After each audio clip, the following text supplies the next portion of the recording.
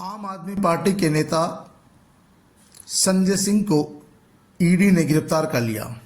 पहले सत्येंद्र जैन, फिर मनीष सिसोदिया और अब संजय सिंह। गिरफ्तार होने के बाद अरविंद केजरीवाल अलग थलग पड़ गए हैं। आपको बता दें कि ईडी ने बुधवार को कथित शराब नीति घोटाले में आम आदमी पार्टी के राज्यसभा सांसद संजय सिंह को गिरफ्तार कर लिया।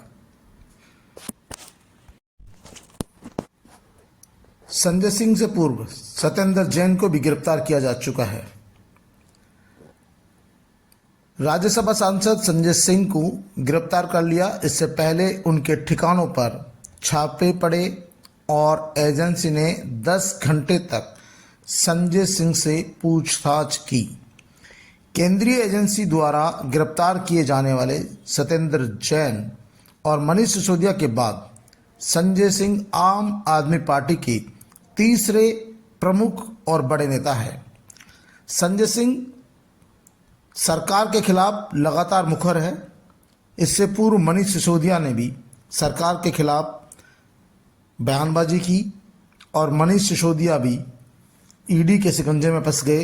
उन्हें भी शराब नीति घोटाले में गिरफ्तार किया गया और अब लंबे समय से संजय सिंह ईडी के निशाने पर थे। आखिरकार ईडी ने संजय सिंह को भी गिरफ्तार कर लिया। ईडी की 270 पेज की चार्जशीट में संजय सिंह का जिक्र है। इसमें बिचौलिया दिनेश अरोड़ा ने कहा कि उसके रेस्टोरेंट में संजय सिंह और दिल्ली के बार रेस्टोरेंट मालिक की बैठक हुई। सिसोदिया ने भरोसा दिया था कि दोबारा सरकार बनने पर आबकारी नीति बनाते वक्त आपके हितों का ख्याल रखा जाएगा। यही नहीं, अरोड़ा ने बताया कि इसके बाद उसने पार्टी फंड में 82 लाख रुपए का चेक पे दिया। अरोड़ा के मुताबिक वह संजय सिंह के साथ मुख्यमंत्री केजरीवाल से भी मिले थे। केजरीवाल ने कहा कि मोदी जी चाहे जितने छापे मार लो, कुछ नहीं मिलेगा। गिरफ्तारी मोदी जी की बौखलाहट दिखाती है। वहीं आप पार्टी नेताओं ने कहा यह पीएम का डर है, क्योंकि संजय सिंह संसद में अदानी समूह पर सवाल उठा रहे हैं। वहीं भाजपा सांसद मनोज तिवारी ने कहा कि इसकी आंच शराब घोटाले के सरगना केजरीवाल तक जाएगी। जाहिर सी बात है कि अब अगला शिकार अरविंद केजरीवाल ही होंगे। दिल्ली में आम आदमी पार्टी की सरकार है और आम आदमी पार्टी के खिलाफ भारतीय जनता पार्टी दिल्ली में भी कोई बड़ा नेटवर्क खड़ा नहीं कर पाई है। कांग्रेस पार्टी तो पिछड़ी गई है, भारतीय जनता पार्टी भी मुकाबले में कहीं टिकती नहीं है।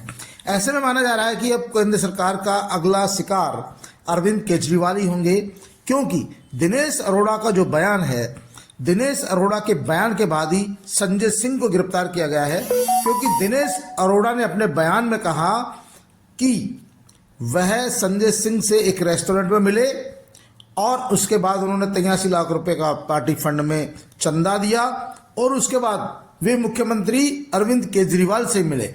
यानी कि दिनेश अरोड़ा का यह बयान कि वह इस सिलसिले में मुख्यमंत्री अरविंद केजरीवाल से भी मिले, जाहिर सी बात है कि उनके इस बयान के बाद मुख्यमंत्री अरविंद केजरीवाल का भी इस पूरे प्रकरण में इन्वॉल्वमेंट हो जाता है और ईडी अब अगली पूछताछ के लिए, अगली गिरफ्तारी के लिए, अगली बार कार्रवाई के लिए दिल्ली के मुख्यमंत्री आप पार्टी के राष्ट्रीय अध्यक्ष अरविंद केजरीवाल पर शिकंजा कसेगी और अरविंद केजरीवाल की भी गिरफ्तारी लोकसभा चुनाव से पूर्व कभी भी हो सकती है।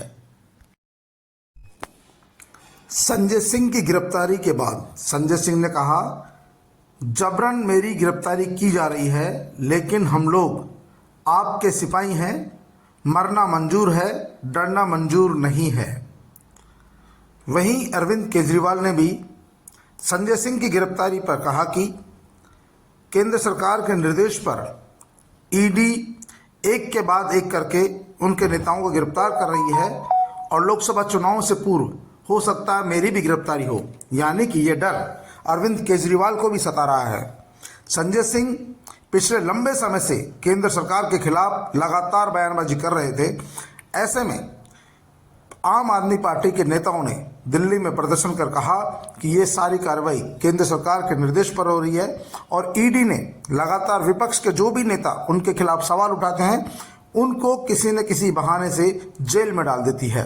लेकिन इससे आम आदमी पार्टी कार्यकर्ता डरने वाले नहीं हैं। ईडी की इस कार्रवाई की कांग्रेस नेता राहुल गांधी ने भी निंदा की है। उन्होंने कहा कि यह विपक्ष को डराने का काम है और जितना ईडी कार्रवाई करेगी उतना ही जनता के बीच में ईडी एक्सपोज हो रही है।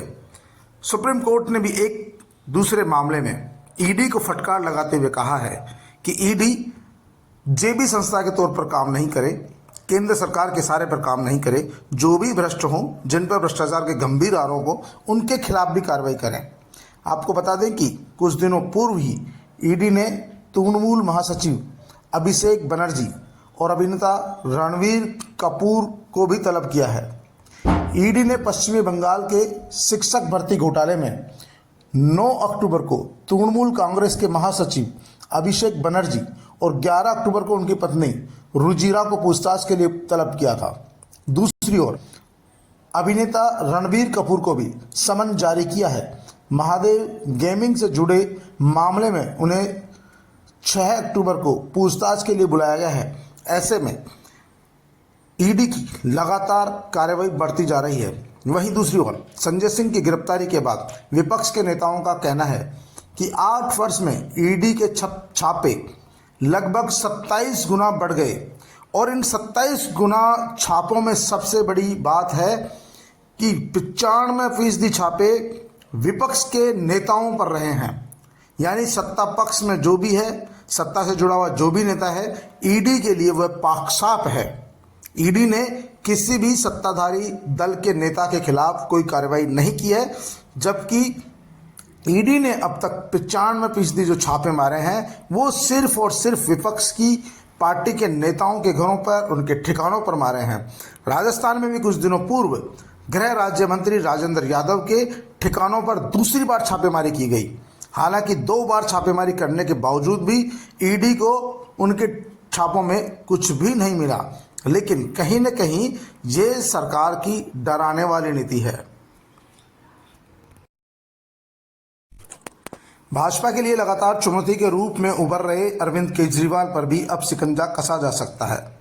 माना जा रहा है कि जिस तरह से दिनेश अरोड़ा का जो बयान आया है और दिनेश अरोड़ा के बयान के बाद ही सत्येंद्र जैन, मनीष सिसोदिया के बाद संजय सिंह को गिरफ्तार किया गया है, उसके बाद अब अगला निशाना अरविंद केजरीवाल है और ईडी कभी भी अरविंद केजरीवाल को पूछताछ के लिए बुला सकती है, क्योंकि दिनेश अरोड़ा ने ईडी की पूछताछ में बताया है कि उन्होंने पार्टी फंड में 82 लाख रुपए देने के बाद संजय सिंह के साथ मुख्यमंत्री अरविंद केजरीवाल से भी मुलाकात की थी। यानी केजरीवाल को भी सारे मामले का जानकारी है, उन्हें पूरे प्रकरण की जानकारी है और ये तमाम बातें अरोड़ा ने ईडी के सामने स्वीकार की है। ईडी के निर्देश पर ही फिर संजय सिंह को गिरफ्तार किया गया है। अब ईडी अरविंद केजरीवाल से पूछताछ करेगी और जरूरी होने पर उनकी भी गिरफ्तारी करेगी। ऐसे में आम आदमी पार्टी के नेताओं को आशंका इस बात की सता रही है, सत्येंद्र जैन, मनीष सिसोदिया, संजय सिंह के बाद क्या अरविंद केजरीवाल की गिरफ्तारी होगी? और यदि ऐसा होता है तो आम आदमी पार्टी के लिए संकट का समय शुरू हो सकता है, क्योंकि आम आदमी पार्टी के यही 4-5 लोग हैं जो पूरी पार्टी को चला रहे हैं और पूरी पार्टी में इन्हीं के आधार पर पूरी पार्टी घूम रही है। ऐसी स्थिति में ईडी के खिलाफ लगातार अरविंद केजरीवाल बयानबाजी भी कर रहे हैं और सरकार के खिलाफ जो केंद्र में गठबंधन बना है, इंडिया गठबंधन, उस इंडिया गठबंधन का हिस्सा भी बने हैं। यही कारण है कि इंडिया गठबंधन के दूसरे राजनीतिक दल अरविंद केजरीवाल के समर्थन में खड़े हो गए हैं, चाहे कांग्रेस पार्टी हो, चाहे तृणमूल कांग्रेस पार्टी हो, चाहे शरद पवार की राकपा हो या दूसरी अन्य पार्टियां हैं। तमाम राजनीतिक पार्टियों का, विपक्षी दलों का आरोप है कि केंद्र सरकार ईडी का उपयोग हथियार की तरह कर रही है और वो विपक्ष के नेताओं को डराने का काम कर रही है ताकि लोकसभा चुनाव में विपक्ष की पार्टियों के लोग अलग थलग पड़ जाए और खुलकर बीजेपी का सामना नहीं कर सके।